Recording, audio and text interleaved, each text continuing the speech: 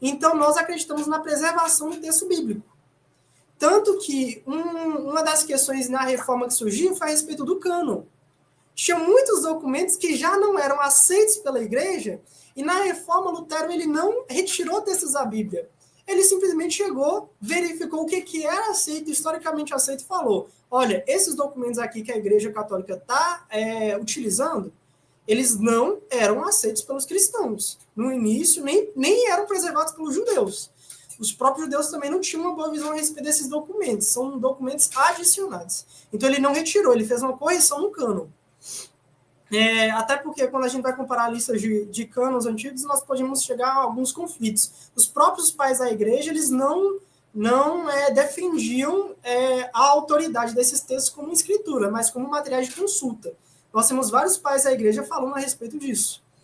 Então... Você está se referindo, por exemplo, a primeira e segunda Macabeus, esses livros. Os textos que a Igreja Católica chama como deuterocanônicos.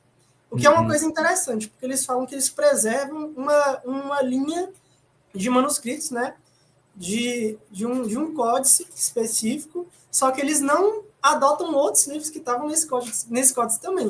Que interessante. Que outras igrejas acabam adotando. Então, nós teríamos esse problema também. Mas, enfim, é exatamente isso. A questão é exatamente essa. Por nós sabemos que Deus preserva sua palavra, porque ele se importa com ela, nós podemos muito bem dizer, não, se aparecer um texto aqui novo, não é por isso que nós devemos adicionar ele.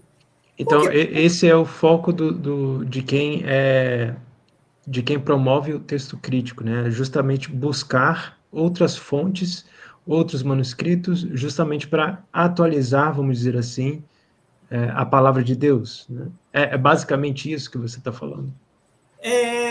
Mais ou menos. A questão é, eles têm um interesse, muitas vezes sincero, tem muitos irmãos piedosos que adotam o texto crítico, seguem eles têm um interesse sincero de chegar aos autógrafos também. A questão é, infelizmente, uma coisa fala mais alta, que é a questão de justamente dessa crítica textual um pouco mais moderna, que é pegar alguns documentos e tratar eles com autoridade maior por serem mais antigos, por tecnicamente estarem mais próximos e coisa do gênero.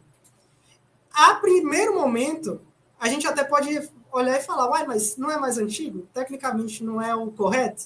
A gente vai tratar isso um pouquinho mais à frente. Mas antes eu só queria pegar um texto, porque nós somos presbiterianos. Eu sou presbiteriano, você é presbiteriano. Nossa confissão de fé, assim como a confissão de fé batista também, a confissão batista, né, que Spurgeon usava, por exemplo, eles concordam nesse assunto. Eu queria pedir a permissão para eu ler o primeiro parágrafo dela. Claro, fica à vontade. Primeiro parágrafo da Confissão de Fé de Westminster, capítulo 1 das Sagradas Escrituras, vai falar exatamente isso aqui. Ainda que a luz da natureza, as obras e a criação da providência manifestem a bondade, a sabedoria e o poder de Deus, de tal modo que os homens ficam inexcusáveis, contudo, não são suficientes para transmitir aquele conhecimento de Deus e da sua vontade que é necessário para a salvação.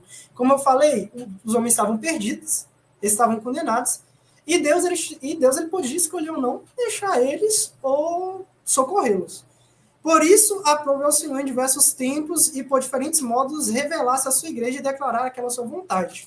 Qual a vontade? Necessária para a salvação. Então, Deus veio em socorro dos homens. E depois, para melhor preservação e propagação da verdade, aqui nós temos duas coisas muito importantes. Preservação e propagação. E para o mais seguro estabelecimento e conforto da igreja contra a corrupção da carne, ou seja, dos próprios homens, e da malícia de Satanás e do mundo. Fez com que a mesma fosse completamente escrita, a mesmo que a vontade dele necessária para a salvação. O que torna a Sagrada Escritura indispensável, tem de cessar daqueles antigos modos de revelar a Deus a sua vontade ao seu povo. Ou seja, o que nós temos é um Deus que ele se importa, entregou sua palavra e preservou ela. Então, nossa questão com o texto crítico e o texto recebido é que nós cremos que Deus, por meio de sua providência, do Espírito Santo, preservou o texto real dele, na igreja, pelo corpo de Cristo, por intermédio do Espírito. E que outros textos que possam vir a surgir, que é o caso de surgirem, como nós vamos tratar do texto crítico, não atacam essa verdade.